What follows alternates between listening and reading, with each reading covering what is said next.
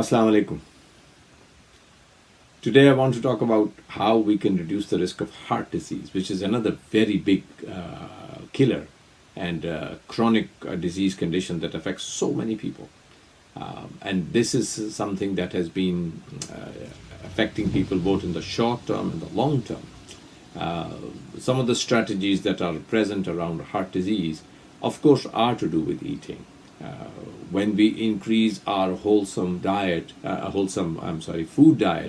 when increase our full grains in the diet, when we start reducing the amount of trans fats and high fat substances in the diet, and we think more about foods that have been preserved in their natural state versus having been changed by the frying or by cutting up and taking out the essential nutrient part of the food, leaving only the tasty part or the energy part of the food, then you will start to see how it starts to make sense that heart disease also is something that we can have a big handle on, provided we are willing to change some of our old habits.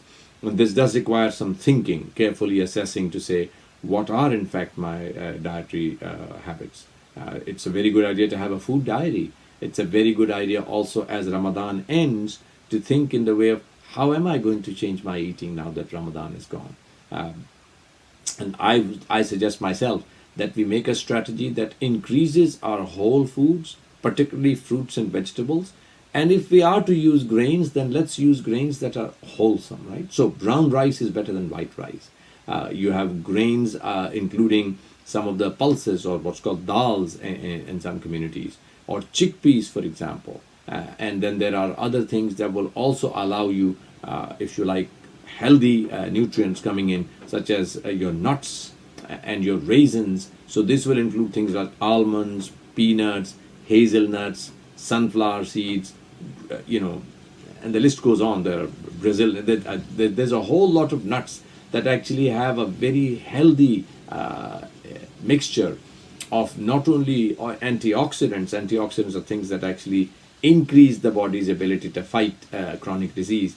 And then there are things that are called omega-3 acids, etc., which can also be used as additives. But there are certain dietary things which will give us omega-3s also. And these are things for more detailed nutritional consultations, etc. But just before I finish, I'd like to emphasize, if you could do three things. Number one is reduce the amount of processed and cooked food, which has been changed a lot from what it used to be. Number two is to increase the amount of the fresh fruits and vegetables in your diet. And number three is to carefully consider the increase of grains and nuts in your diet to allow the body to fight things that are going to give rise to chronic disease.